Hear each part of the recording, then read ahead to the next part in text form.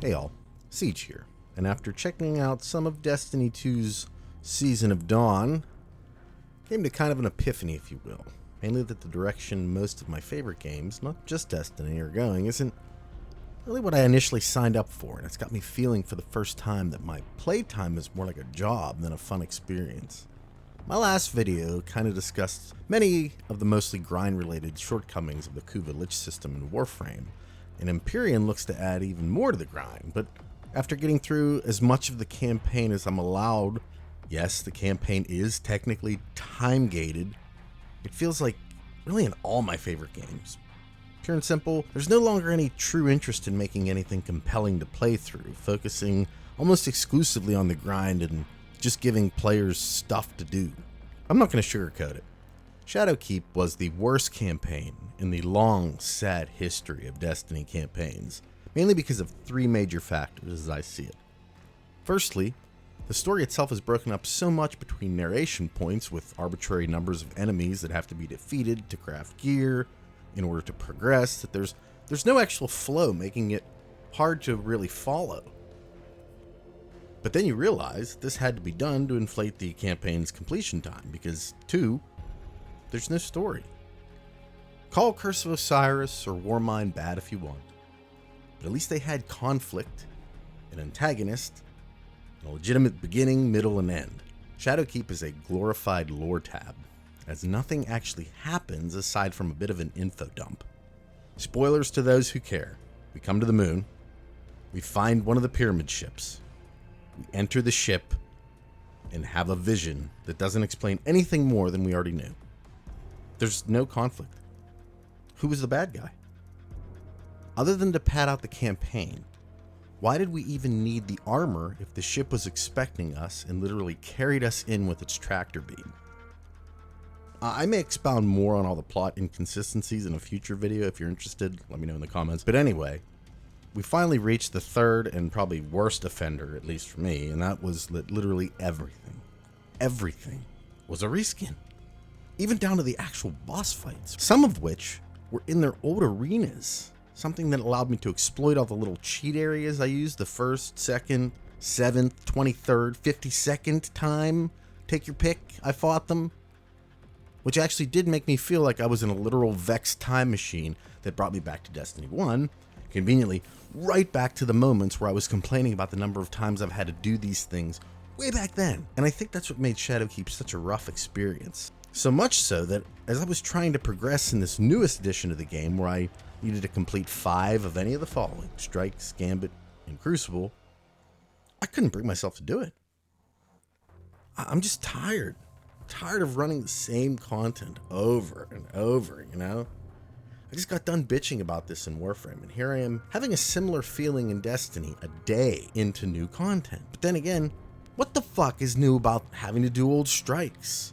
Or play 5 Crucible matches, or Gambit? And that's just a little bit of what you need to do to get to the story, which I guess is what the Saint 14 thing is all about. I mean, you have to defeat 3 bosses anywhere in the system. You need to get 100 shotgun kills and 25 melee kills. This gets you to the next step, which is shoot 15 Vex Transformers on 3 different planets. Then you have to defeat 25 Yellow Bar Vex and get 50 precision kills on them. Only at this point are you able to progress to the next relevant story mission. Are you fucking kidding me? If you haven't figured it out yet, I just despise Destiny's new way of conveying their story, putting like 10% of it in the game you play, many times time gating it from week to week or longer, and hiding the rest in pages and pages of lore tabs, which, conveniently enough, always seem to contain the most interesting shit in the universe, as it's always been. Here's the thing, friends. If I have to shoot shit on the same planets I've been shooting shit on for the past few years, the only thing that makes that interesting is having anyone, spouting at least something interesting into my ear, if nothing else, to help me pass the time. You know, kind of like how God of War did it, when having to traverse different areas of the map, offering additional info about the world or what's going on or anything as I slog through fetch quest after fetch quest after fetch quest, shooting the same enemies I've been shooting for the past 5 years on day 1 of a new update. I don't care if it's $10, because bad is bad at any price. And further, I think we can all tell where Bungie's looking to make the majority of their revenue. Hint, hint. At least with the Old Blood update in Warframe, there could be a potential increase in difficulty that absolutely transformed the content, which I would have enjoyed if there was something even, somewhat rewarding being handed out for grinding through sortie level mission after sortie level mission. But I also realized that apparently you can pay Warframe to bypass this grind. Really? Not to mention, one of those Kuva weapons for the amount of time and effort required to play instead of pay just isn't worth it. I think with Destiny 2, their failure to generate a decent in-game narrative since, the Taken King, maybe Forsaken, just doesn't have me wanting to know what's going to happen next enough to make me want to grind out even 5 more of these missions. In the middle of a story this season is trying to convey. So what does that really say? I'm a story guy, What's really sad is I remember this feeling pretty well because it was identical to the one I had when trying to complete my Kuva Lich in Warframe. I was getting close to fighting the Lich and needed to grind just a few more murmurs, but I just sat in my orbiter deciding if I really wanted to do another exterminate mission. I suppose this is what happens with older games, but what's weird is until just recently at least, new content always got me really excited. What changed, as I see it, is the priority anymore is to have something to do. Something on the screen saying, do this. Don't worry really about why anymore, we're way past that. Is it that much to ask for a story like in Jedi Fallen Order? It's small, required only a few characters, but in my opinion, the best Star Wars story told since Disney's taken over. It's not like it's impossible. They've all done it before. Warframe actually seems to do it more consistently with their story quests, but they just take forever to actually come. Meanwhile, piddly little things like Frame Fighter and the Shawzin and 10,000 graphical changes seem to always get done. Weird. Destiny has done it with the Taken King, and to a lesser degree I think with Forsaken, but Bungie breaks their own lore too often for me to take it seriously anymore. You can never really hold to anything in the universe, because you just never know who will just magically reappear after supposedly being dead, which is super weird to me, because consider this. There aren't really a ton of characters to begin with in the game, so why keep bringing back the ones you initially took the time to tell us were dead in the first place? Also, time travel. Come on, man. Anything but time travel. It breaks literally all the rules. If Saint 14 was old and maybe didn't die in another timeline, that's one thing, as it alludes to the many worlds theory, and I can, accept that.